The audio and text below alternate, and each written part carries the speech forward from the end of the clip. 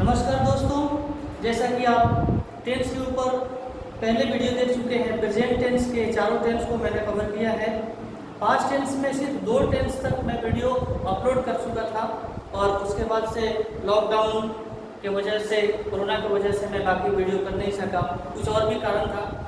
तो आज मैं आपको दिखाने जा रहा हूँ बोर्ड पर past perfect tense. Past perfect tense, इसको समझने के लिए मैं बताता हूँ कि पास्ट टेंस का 3 नंबर टेंस। इसमें क्या होगा कि आपको अपने माइंड में इसको याद रखने में, सेव रखने में बड़ी आसानी हो जाएगी। तो पास्ट का 1 नंबर, पास्ट का 2 नंबर, पास्ट का 3 नंबर, ये नंबरिंग करने से थोड़ा इजी हो जाता है इसको समझना। और नाम इसका है पास्ट परफेक्ट टेंस। अब बात ये आता है कि पास्ट परफेक्ट टेंस कब और कहाँ यूज करेंगे, कब और कैसे अप्लाई करेंगे। मान लीजिए कि कभी भी अगर आपको कहीं कोई ट्रांसलेशन मिल जाता है, उसका हिंदी अनुवाद करना है, तो आपको कैसे पता चलेगा कि ये जो हिंदी का वाक्य है ये कौन सा टेंस है। सबसे पहले तो यही पता होना चाहिए, उसके बाद आप उस टेंस का फॉर्मूला अप्लाई करेंगे। तो इसका कुछ परिभाषा इस तरह से, इसका समझाने की अगर मैं बात करूं तो कुछ इस तरह से है कि पास्ट टेंस में, यानी कि भूतकाल में, कर्ता ने किसी काम को शुरू किया और भूतकाल में ही उसे खत्म कर चुका था। किसी काम को शुरू किया गया था और उसको भूतकाल में ही खत्म किया जा चुका था। यह अगर समझ में आए, यह थिंकिंग अगर उस वाक्य से आप तक पहुंचता है, समझ में आता है, तो इसको पास्ट परफेक्ट टेंस में अनुवाद किया जाता है। और इसके पहचान क्या है, हिंदी के कुछ पहचान है। तो बोर्ड पर जैसा कि आपको दिख रहा है, हिंदी, जिस हिंदी क्रिया शब्द के अंत में चुका था, चुकी थी, चुके थे आदि रहे, तो उस हिंदी वाक्य का अनुवाद पास्ट परफेक्ट टेंस के नियम के अनुसार होता है। अब पास्ट परफेक्ट टेंस का नियम क्या है वो भी बोर्ड पे दिख रहा है। स्ट्रक्चर्स, बनावट, उसकी डिजाइन, उसका नियम। Subject plus head plus verb 3 plus object. Subject क्या है आप जानते हैं, कर्ता जिसको कहते हैं। मैं बच्चों को समझाने के लिए कहता हूं कि भाई सब्जेक्ट जो है वो वाक्य का हीरो होता है, कर्ता वही होता है, इसलिए उसको मैं समझाने के लिए हीरो कहता हूं। आप इसको सब्जेक्ट से समझ लीजिए। अब आता है हेड। मैं हेड अपने तरफ से बच्चों को समझाने के लिए कहता हूं टाइटल। हालांकि इसको टाइटल बोल करके किसी ग्रामर में नहीं लिखा गया है, टाइटल बोला भी नहीं जाता है स्वाभाविक रूप से, इसको हेल्पिंग वर्ब बोलते हैं। बच्चे आसानी से समझ जाए, हम सबका टाइटल होता है, अपना नाम होता है, और अपने नाम के साथ अपना टाइटल किस लिए, अपनी जाति का पहचान समझ में आ जाए इसलिए। तो मैं टेंस की जाति पहचान में आ जाए इसलिए मैं इसको टाइटल के हिसाब से बोलता हूं। तो टाइटल इसमें हेल्पिंग वर्ब, इसमें क्या लग रहा है, हेड। और वर्ब 3, वर्ब 3 क्या होता है? वर्ब का पास्ट पार्टिसिपल रूप। मुख्य रूप से वर्ब के 4 रूप होते हैं, प्रेजेंट, पास्ट, पास्ट पार्टिसिपल और कंटिन्यूअस। जैसे मैं पकड़ लेता हूं गो, ये प्रेजेंट फॉर्म है। वेंट पास्ट फॉर्म हुआ, यानी कि वर्ब टू भी आप कह सकते हो वेंट को। गॉन पास्ट पार्टिसिपल और इसी को वर्ब 3 भी कहा जाता है। और गोइंग कंटिन्यूअस, इसको वर्ब 4 कहा जाता है। तो हम इसमें वर्ब 3 का ही अप्लाई करेंगे। अब ये समझ, एक चीज और समझा दूं पहले। स्ट्रक्चर में आपको रूल नंबर 1 से लेकर के 6 स्ट्रक्चर मिलेंगे और ये बड़ा आसान है, इसको याद रखना। क्यों? इसलिए कि 1 से लेकर के 6 तक सब जगह आपको वर्ब 3 ही अप्लाई करना है। तो कह रहा है कि subject plus head plus verb 3 plus object. Object आप जानते ही हैं, ही हैड गॉन देयर। ही यहाँ पर सब्जेक्ट है, हेड यहाँ पर मुझे टाइटल लेना ही है ताकि पहचान में आए कि कौन सा टेंस का वाक्य है। गॉन आपको तो मैंने अभी बताया, वर्ब 3 है, गो का वर्ब 3 है, यानी कि पास्ट पार्टिसिपल रूप है। और देयर, ये यहाँ पर ऑब्जेक्ट के रूप में काम कर रहा है, देयर। तो आपका वाक्य क्या बना, ही हैड गॉन देयर।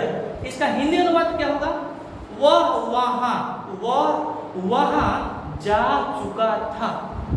अब समझिए, जाने का काम जो है किसी के द्वारा समाप्त किया जा चुका था। इसको अफर्मेटिव सेंटेंस कहते हैं, पॉजिटिव सेंटेंस भी कहते हैं। अब इसका 2 नंबर है, उसको कहते हैं नेगेटिव सेंटेंस। तो 2 जो है इसका नाम है नेगेटिव सेंटेंस। अच्छा, एक चीज और समझा दूं, मैं बोल रहा हूं सिर्फ समझाने के लिए, रूल नंबर 1 2 3 4 करके 6 तक। लेकिन बंधु दोस्त, इस बात को याद रखना, कभी भी एग्जाम में रूल नंबर 1 2 3 4 करके नहीं आता है। वहां पर आपको आएगा affirmative sentence, negative sentence, interrogative sentence, interrogative plus negative sentence, WH word plus interrogative sentence, WH word plus interrogative plus negative sentence. ये 6 उसके रूल्स हैं। ये 6 रूल के 6 नाम हैं, आपको अवश्य ही ध्यान में रखना पड़ेगा। मैं सिर्फ इजी बनाने के लिए, आपको इजी समझ में आ जाए इसलिए मैं कह रहा हूँ। 1 नंबर 2 नंबर का तो इसका नाम है नेगेटिव सेंटेंस, स्ट्रक्चर है उसका। और यहाँ पर I had not completed my work, I had not completed my work, इसका मतलब मैं अपना काम समाप्त नहीं कर चुका था। 3 नंबर में आते हैं। 3 नंबर को कहते हैं, रूल नंबर 3 को कहते हैं इंट्रोगेटिव सेंटेंस। अब इसमें क्या होता है कि जो टाइटल होता है ना, हर एक टेंस की मैं बात बता रहा हूं, टोटल टेंस, जहां भी जो भी टेंस है, हर एक टेंस में जो टाइटल है वो सामने आ जाता है। ये देखिए, आपको हेड टाइटल है, मैंने बताया था, हेड यहां पर आ गया एकदम स्टार्टिंग पॉइंट में। एक और बात ध्यान देने वाली है, यहां पर हेड का लेटर स्मॉल, यहां पर भी हेड का एच जो है सो स्मॉल, लेकिन यहां पर कैपिटल क्यों? इसलिए कि जब आप इस नियम को फॉलो करके कोई वाक्य बनाएंगे तो उसमें आपको हेड से ही शुरू करना है। और आपको पता ही है सेंटेंस शुरू होता है तो कैपिटल लेटर से शुरू होता है, इसलिए यहाँ पर कैपिटल ही होगा। स्मॉल लिखेंगे तो भूल हो जाएगा।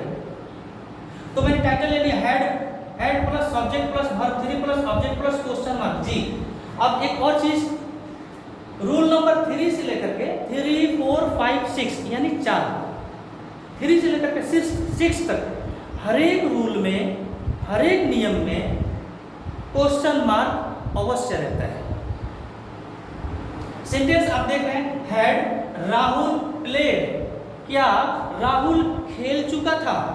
हैड राहुल प्लेड, क्या राहुल खेल चुका था? इस वाक्य में ऑब्जेक्ट कुछ नहीं है, इसलिए मैंने ऑब्जेक्ट नहीं दिया।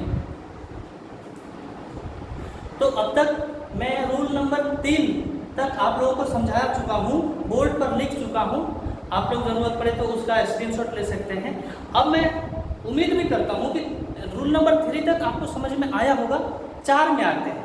तो सबसे पहले 4 का नाम क्या है भाई? तो देखिए, interrogative plus negative sentence, interrogative plus negative sentence. Interrogative क्यों? आप तो शुरू में ही देख रहे हैं, हेड है। और नेगेटिव क्यों? क्योंकि यहाँ पर नॉट लगा हुआ है, और आपको पता है जिस सेंटेंस में नॉट या नो लग जाता है वो नेगेटिव सेंटेंस हो जाता है। इसका example, had she not written a story, क्या वह एक कहानी नहीं लिख चुकी थी? क्या वह एक कहानी नहीं लिख चुकी थी? थी क्यों? क्योंकि यहाँ पर लगा है शी, SHE आ गया, शी SHE सब्जेक्ट है, और शी किसी स्त्री के लिए व्यवहार होता है। अब आइए रूल नंबर 5 WH वर्ड। अब आप पूछेंगे कि सर ये नया कैरेक्टर, लास्ट के 2 बॉल बाकी है इस ओवर के, और इसमें ये नया कैरेक्टर, नया बैट्समैन के साथ ये कौन सा हेलमेट आ गया भाई? ये होता ही है, असल में थोड़ा सा मैं मजाक कर रहा हूँ आप लोगों से। WH वर्ड होता है जिससे प्रश्न पूछा जाता है, हाउ, व्हाई, व्हेन, व्हिच इत्यादि। ये जो वर्ड्स हैं इनका एक अपना घराना है, अपना एक फैमिली है, उनको WH वर्ड या क्वेश्चन वर्ड्स कहते हैं। ये बस ये समझ लीजिए कि ये WH वर्ड्स जो हैं, क्वेश्चन वर्ड्स जो हैं, ये बने ही हैं प्रश्न पूछने के लिए, इसीलिए इनको नाम ही दे दिया गया WH वर्ड या क्वेश्चन वर्ड्स। तो आइए नंबर 5, रूल नंबर 5 में WH वर्ड यानी कि हाउ, व्हाई, व्हेन, व्हेंस, ये आप सेंटेंस के मुताबिक लगा सकते हैं। तो WH वर्ड आपको पहले लिखना है, मैंने वाई लिख दिया। हेड आपका टाइटल है, 2 नंबर पे देना है, मतलब यहाँ पे हेड दे दिया। सब्जेक्ट यू है, वर्ब 3 ईटन है, ऑब्जेक्ट माई बिस्किट्स। तो पूरा सेंटेंस क्या बनता है? Why had you eaten my biscuits? तुमने मेरी बिस्किट क्यों खाई थी, तुम मेरी बिस्किट क्यों खा चुके थे, है ना। हो सकता है कि अपने लंच में टिफिन बॉक्स में रखा होगा बिस्किट और वो गया हाथ धोने के लिए, तब तक कोई आया और खा लिया। वो आकर के देखा कि जा मेरा बिस्कुट कोई खा चुका है, तो वह पूछा कि भाई तुम मेरे बिस्कुट क्यों खा चुके थे। और आता है 6। तो 6 में बहुत बड़ी बात नहीं है, बहुत ज़्यादा सोचने की जरूरत नहीं है। सेम फॉर्मूला जो 5 का होता है वही 6 का भी होता है।